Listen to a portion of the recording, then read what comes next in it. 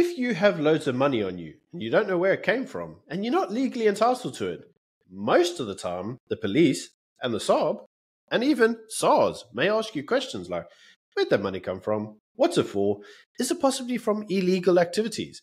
But in the case of the president, it's not his anyway, so there's no case to answer. And this story arises from the South African Reserve Bank, apparently one of the few institutions that are not captured. Very funny indeed. The SARB says that there's millions of dollars found in the president's couch at Phala Phala, and I quote, because the transaction for purchasing buffalo was not perfected, there's not much the SARB can do, so therefore it's fine by the looks of it. Byron, what the hell's going on here? Drug dealing 101, my friend, because what happens is when you're a drug dealer and you get all of your money and you stuff it in your sofa, then there is no contractual relationship between you and your drug dealers and also obviously your clients. There's also no contractual relationship between you and the South African government because you're doing an illegal activity.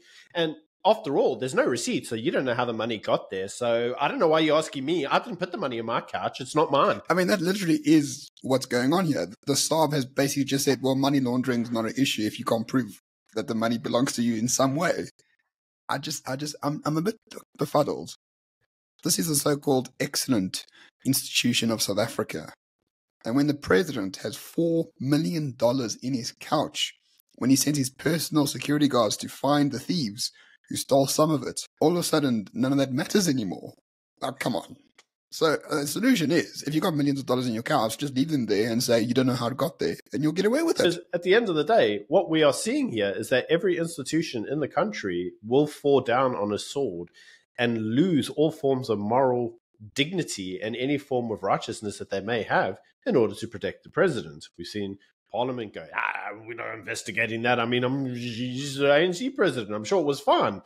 We saw the independent reviews come back and going, I don't know what you're talking about. There was no money there. I mean, maybe there was some money there, but we can't prove it. I mean, we know they saw the allegations. We heard it.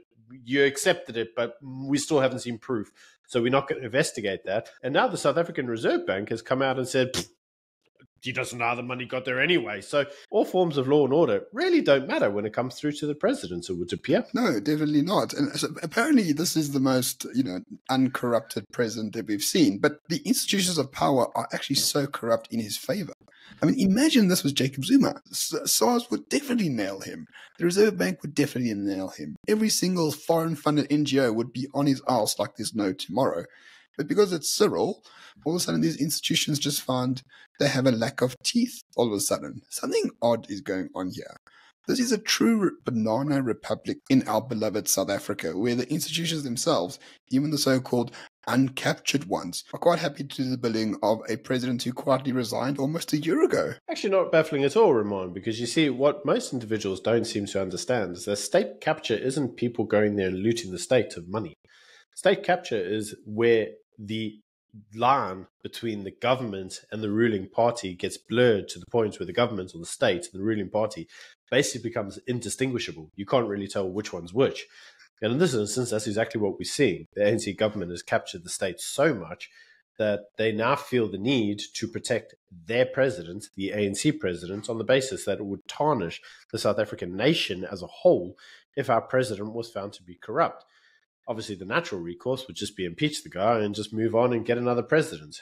Problem is, the ANC doesn't really have anybody else to nominate at this point in time. And the South African image or the psyche of the South African people, the international audience, is so damaged. I don't really think Phala Phala is going to do that much damage, do you? In fact, I actually think it would improve our global standing if we actually held the president to account. They'd be like, oh, first time for everything, eh? But at this stage, what act can Cyril do that would actually discredit him in the eyes of our public institutions? I mean, there are a few things that come to mind which I can't say publicly, but I can only assume it starts with P and ends with Edo. All of these other things, Cyril just just carries on his merry way, speaking to conferences and talking shit to everyone while having no consequences attached to him whatsoever. This is not a democracy. This is a pure dictatorship at this point. Yeah, but not a dictatorship in the arena of North Korea where you all have to go around and do what the beloved leader says.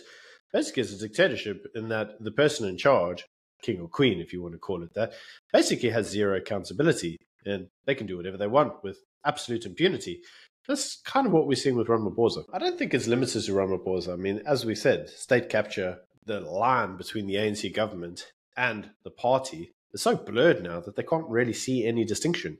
I actually spoke to a friend over the weekend about issues in South Africa, and he made a very interesting point. Like, if you just think the ANC is just solely incompetent, you're missing out 80% of the picture.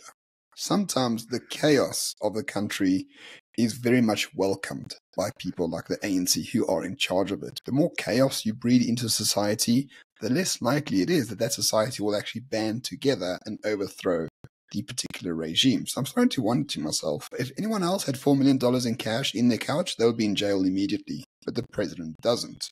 So it's rules for thee, but not for me. But on the other hand, the ministers and executives never have crime perpetrated against them. They don't understand what paying taxes means. They don't understand what it means to try to run a business in this country. We do.